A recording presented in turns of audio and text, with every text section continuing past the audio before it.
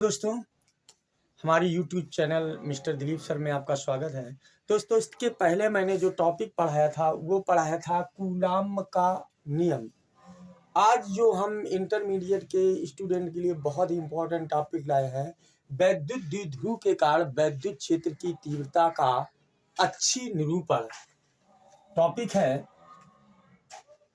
वैद्युत द्विध्रुव के कारण वैद्युत द्विध्रुव के कारण वैद्युत क्षेत्र की तीव्रता का वैद्युत क्षेत्र की तीव्रता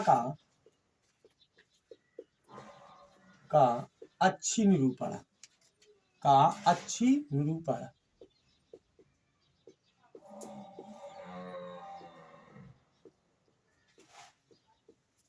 ध्यान से समझना दोस्तों। आज का जो टॉपिक है वैद्युत द्विध्रुव के कारण वैद्युत क्षेत्र की तीव्रता का अच्छी निरूपण। तो सबसे पहले हम वैद्युत द्विध्रुव को समझ लें कि वैद्युत द्विध्रुव होता क्या है। ध्यान से समझिए, वैद्युत द्विध्रुव क्या होता है। वैद्युत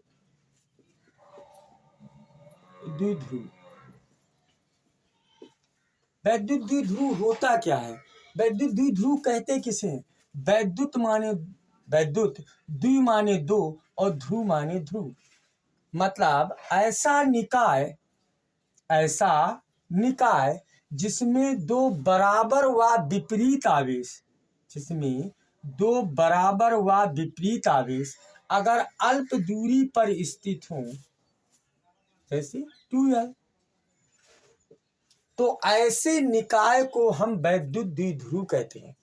फिर एक बार ध्यान से समझना दोस्तों, ऐसा निकाय जिसमें दो बराबर व विपरीत आवेश अगर एक दूसरे से अल्प दूरी पर स्थित हों, तो ऐसे निकाय को हम वैद्युत द्विध्रुव कहते हैं। यदि उनमें से किसी एक आवेश तथा उसके बीच की अल्पतम दूरी का अगर गुणन का फल कर दिया जाए, तो इसे हम वैद्युत द्विध्रुव आघूर्ण कहते हैं। उसे हम P से प्रदर्शित करते हैं। तो P बराबर होता है Q इंटू 2L। तो आप लोगों को इतनी बात समझ में आ गई होगी कि वैद्युत द्विध्रुव के कारण वैद्युत क्षेत्र की तीव्रता का हमें क्या निकालना है, अच्छी निरूपण करना है।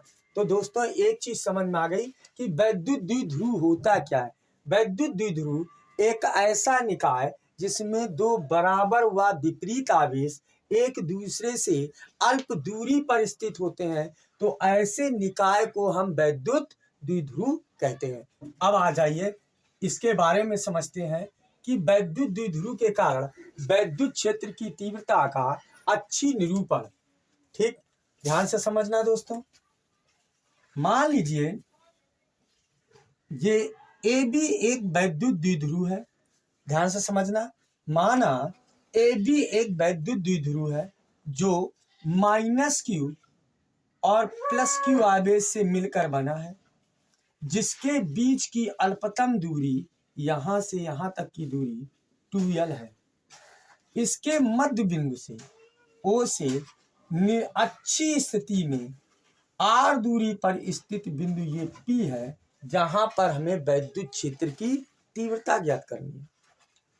फिर एक बार देख लीजिए, या दिए गए चित्र में AB एक वैद्युत द्विध्रुव है जो -Q और +Q आवेश से मिलकर बना है, जिसके बीच की अल्पतम दूरी 2L है। ठीक, इसके मध्य बिंदु से R दूरी पर अच्छी स्थिति, ध्यान से समझना दोस्तों, अच्छी स्थिति क्या होती, जैसे ये मार्कर है और मार्कर के अगर हम इस तरीके से कर दें तो ये नीला और जो ये काला है एक ही अक्ष पर स्थित है। ये दोनों किस पर, एक ही अक्ष पर स्थित है। तो इसे हम अच्छी स्थिति कहते हैं। इतनी बात समझ में आ रही, ध्यान से समझिए। तो यहां से ये दूरी L, इतनी ये दूरी L, इसके मध्य बिंदु से यहां तक की दूरी R है, तो यहां से यहां तक की दूरी कितनी हो जाएगी, R + L, और यहां से यहां तक की दूरी हो जाएगी R - L। इतनी बात सबके समझ में आ रही। फिर एक बार समझ लीजिए कि माना ए बी एक वैद्युत द्विध्रुव है जो माइनस क्यू और प्लस क्यू आवेश से मिलकर बना है, जिसके बीच की अल्पतम दूरी 2l है। इसके मध्य बिंदु O से R दूरी पर अच्छी स्थिति में स्थित बिंदु कौन सा है? P है, जहां पर हमें वैद्युत क्षेत्र की क्या ज्ञात करनी? तीव्रता ज्ञात करनी। थोड़ा और ध्यान से समझना दोस्तों, ये माइनस क्यू है और ये प्लस क्यू है। अगर इसके अक्ष पर कोई नगण्य आवेश अगर प्लस में रखा है, ध्यान से समझना दोस्तों, अगर कोई नगण्य आवेश प्लस में रखा है और ये भी प्लस है, तो हमने पढ़ा क्या है कि जब समान आवेश होंगे तो ये एक दूसरे को क्या करेंगे? प्रतिकर्षित करेंगे। ठीक है, और ये माइनस है तो माइनस के कारण ये अपनी तरफ क्या करेगा? आकर्षित करेगा, और प्लस के कारण ये इसको क्या करेगा? प्रतिकर्षित करेगा। तो ध्यान से समझना दोस्तों, एक दूसरे के विपरीत जो क्या होगा? वैद्युत क्षेत्र की तीव्रता उत्पन्न करेंगे। और वो भी ध्यान से समझना, अगर प्लस है तो वैद्युत बल रेखाएं बाहर की ओर होंगी, और जब बाहर की ओर होंगी और प्लस के कारण है तो ये कहाँ करेगा? प्रतिकर्षित करेगा। और अगर माइनस है तो वैद्युत बल रेखाएं अंदर की ओर आती हैं, अगर ये प्लस है तो ये अपनी तरफ आकर्षित करेगा। ठीक, दूसरी चीज, अगर ये माइनस है और ये भी माइनस है तो ध्यान से समझना, ये क्या करेगा? माइनस इसको प्रतिकर्षित करेगा, फिर क्या करेगा? प्लस जो है अपनी ओर आकर्षित करेगा। तो एक चीज कॉन्सेप्ट क्लियर हो चुका है कि अगर ये एक दूसरे का पर कौन सा प्रतिकर्षण करेंगे, मतलब वैद्युत क्षेत्र की जो तीव्रता होगी वो कैसी होगी? एक दूसरे के विपरीत होगी। इतनी बात सबके समझ में आ गई? तो ठीक है दोस्तों, आगे चलते हैं। फिर एक बार देख लीजिए, लिखेंगे माना ए बी एक वैद्युत द्विध्रुव है, वैद्युत द्विध्रुव है, ध्रुव है। इतनी बात समझ में आ गई? जो ध्रुव है जो माइनस क्यू व प्लस क्यू आवेश से मिलकर बना है, आवेश से मिलकर बना है, मिलकर क्या है? बना है, जिसके बीच की अल्पतम दूरी 2l है। इसके मध्य बिंदु मतलब किसके? दो ध्रुव के मध्य बिंदु, इसके मध्य बिंदु O से अच्छी स्थिति में, O से R दूरी पर, O से R दूरी पर अच्छी स्थिति में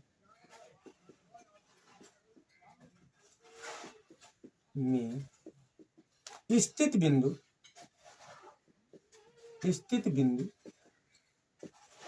P है। समझ में आ रहा है दोस्तों? स्थित बिंदु P है जिस पर वैद्युत विभव ज्ञात करनी, वैद्युत क्षेत्र की तीव्रता ज्ञात करनी, तीव्रता ज्ञात करनी। क्लियर? समझ में आ गया दोस्तों? फिर एक बार देख लीजिए, माना ए बी एक वैद्युत द्विध्रुव है जो माइनस क्यू और प्लस क्यू आवेश से मिलकर बना है, जिसके बीच की अल्पतम दूरी 2l है। इसके मध्य बिंदु O से R दूरी पर स्थित बिंदु P है, अच्छी स्थिति में, जहां पर हमें वैद्युत क्षेत्र की क्या ज्ञात करनी? तीव्रता ज्ञात करनी। और ये भी कंसेप्ट क्लियर हो गया कि जो तीव्रताएं होंगी एक दूसरे के प्रतिकर्षण होंगी, मतलब विपरीत दिशाओं में लगेंगी। तो अब आ जाइए, माइनस क्यू आवेश के कारण P बिंदु पर क्या निकाल लें? माइनस क्यू आवेश के कारण, आवेश के कारण P बिंदु पर वैद्युत क्षेत्र की तीव्रता, वैद्युत क्षेत्र की तीव्रता की तीव्रता क्या हो जाएगी, E1 बराबर 1/4πε0 Q अपान R प्लस L का होल स्क्वायर। समझ में आया दोस्तों। माइनस Q आवेश के कारण P बिंदु पर पहले हम क्या निकाल रहे हैं, वैद्युत क्षेत्र की तीव्रता।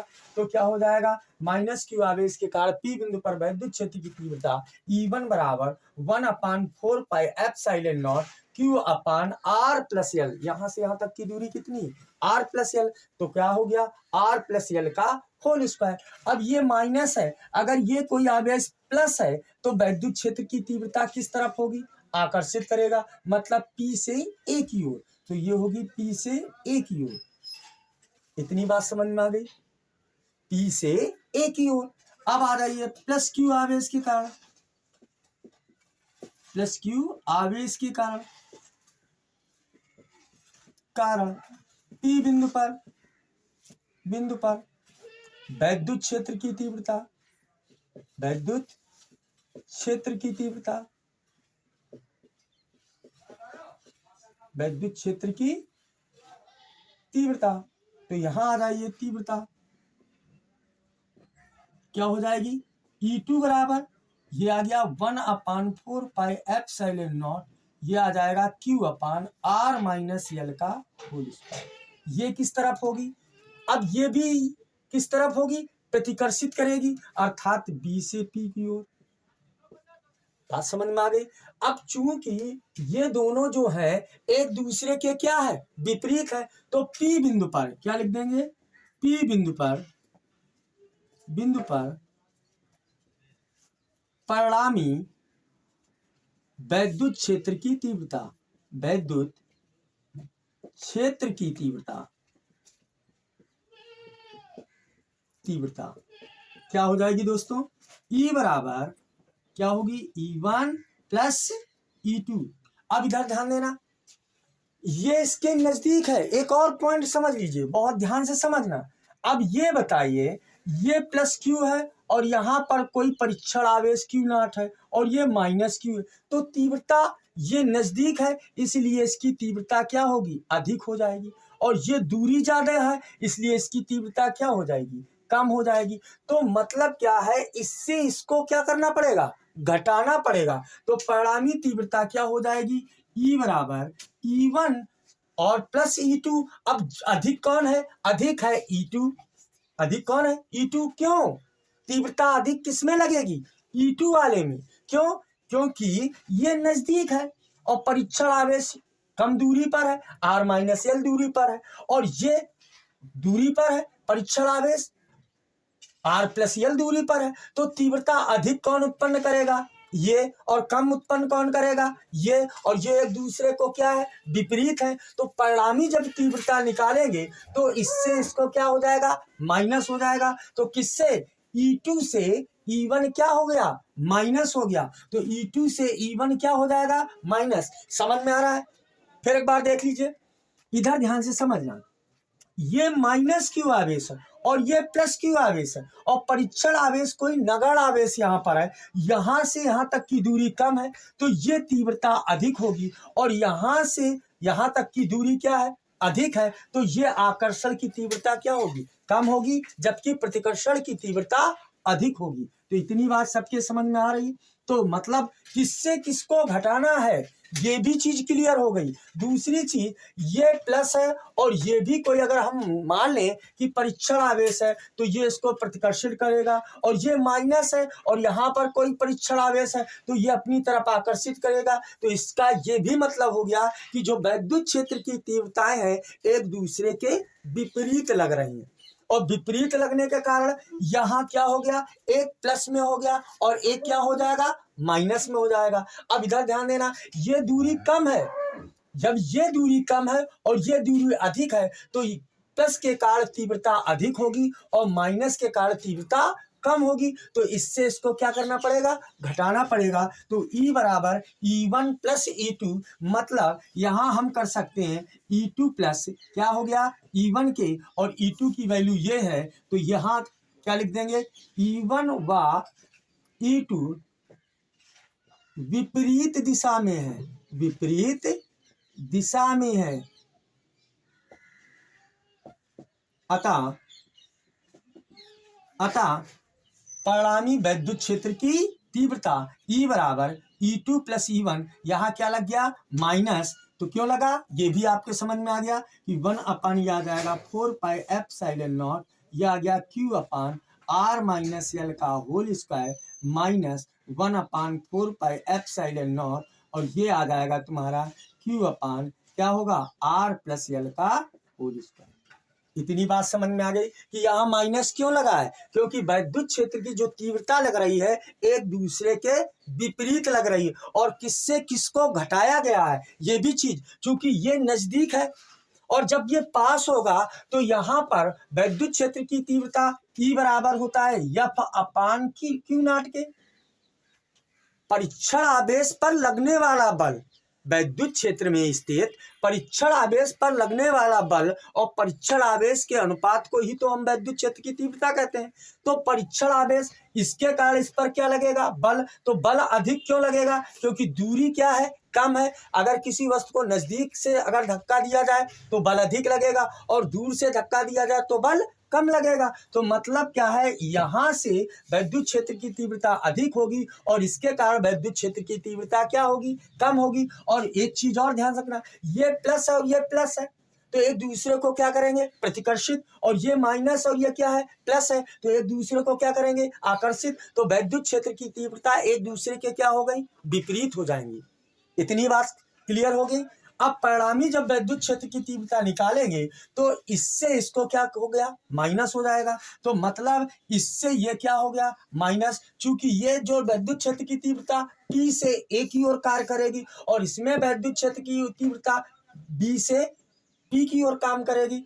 तो परिणामी वैद्युत क्षेत्र की तीव्रता इधर ध्यान से समझना क्या हो जाएगी, E बराबर E1 प्लस E2 के। तो E बराबर 1/4πε0 Q/R - L का होल स्क्वायर माइनस 1/4πε0 Q/R+L का होल स्क्वायर। तो यहां से ध्यान रखना, तो E बराबर देखिए ये आपको कॉमन आ रहा है तो ये आ जाएगा Q/ ये आ गया 4πε0, ये आ गया आपका कोष्टक में 1/R - L का होल स्क्वायर माइनस 1/R+L का होल स्क्वायर।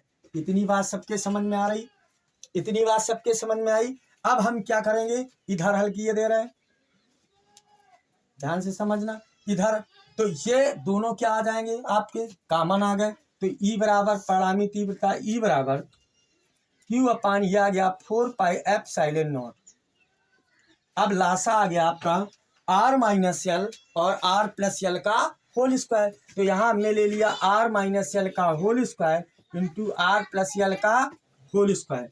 इससे ये क्या हो गया कट गया, बचा कितना R+L का होल स्क्वायर माइनस, यहाँ माइनस लगा दिया तो यहाँ बचा कितना R-L का होल स्क्वायर।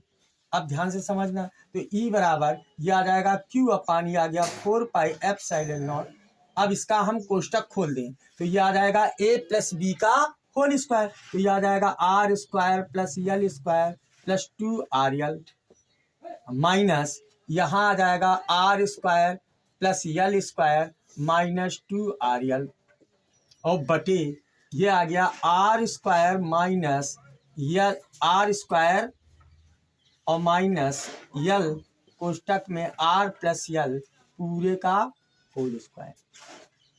अब इसका कोष्ट खोल दीजिए तो E बराबर यह आ जाएगा Q/, यह आ गया 4πε0। ध्यान से समझना दोस्तों। अब इसका मैं कोष्ट खोल रहा हूँ तो R² + L² + 2RL minus R² minus L² + 2RL बटे ये वर्गांतर का सूत्र है A - B, एक कोष्टक में A + B, तो ये हो गया R² माइनस L² का होल स्क्वायर। अब ये पद कैंसिल हो गया और इसमें क्या आ गया, तो E बराबर आ गया तुम्हारा Q/, ये आ गया 4πε0, यहाँ आ गया तुम्हारा 4RL और ये आ गया R² माइनस L² का होल स्क्वायर। इधर ध्यान से समझना दोस्तों। अभी हमने आपको बताया था P बराबर, इधर ध्यान से समझना दोस्तों, अभी हमने आपको बताया था क्या बताया था हमने आपको बताया था P बराबर किसके होता है, Q इंटू 2L के। P बराबर किसके होता है, Q इंटू 2L के। और क्या होगा, अब यहाँ लिखेंगे चूंकि R का मान नगण्य है, क्या है, नगण्य है, अतः L स्क्वायर का मान और भी नगण्य होगा, और भी नगण्य होगा। अतः क्या कर लें, L स्क्वायर को छोड़ देने पर, क्या छोड़ देने पर, इतनी बात समझ में आ गई। यहाँ से दोस्तों ध्यान से समझना, क्या P बराबर Q इंटू 2L। अब मानेंगे R का मान नगण्य है, अतः L स्क्वायर का मान और भी नगण्य होगा। अतः L स्क्वायर को क्या कर दिया हमने, छोड़ दिया। अब जब L स्क्वायर को छोड़ दिया तो ध्यान से समझना, E बराबर ये आ गया 1/4 पाई एप्सिलॉन नॉट। ठीक, अब यहाँ से समझना, ये आपका आ गया, ध्यान से समझना दोस्तों, ये हो गया 2 आ गया R, यहाँ हम लिख सकते हैं Q इंटू 2L अपान यहाँ आ गया R स्क्वायर का होल स्क्वायर। अब हमने यहाँ L स्क्वायर को क्या कर दिया, छोड़ दिया। जब L स्क्वायर को छोड़ देंगे तो सिर्फ कितना बचेगा, R स्क्वायर। अब इधर ध्यान देना, Q इंटू 2L बराबर किसके होता है, P के। तो यहाँ आ गया E बराबर 1/4 पाई एप्सिलॉन नॉट, यहाँ आ गया 2P, ये 2RP अपान कितना आ गया, R घाते 4 के। अब एक R से एक R कैंसिल हो गया, तो ये आ गया E बराबर 1/4 पाई एप्सिलॉन नॉट, ये आ गया 2P अपान कितना आ गया, R3। ये आपका प्रूफ हो गया। ध्यान से समझ में आया दोस्तों।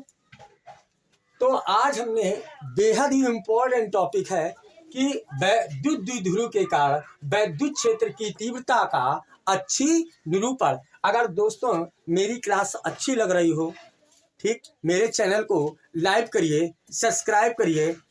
धन्यवाद।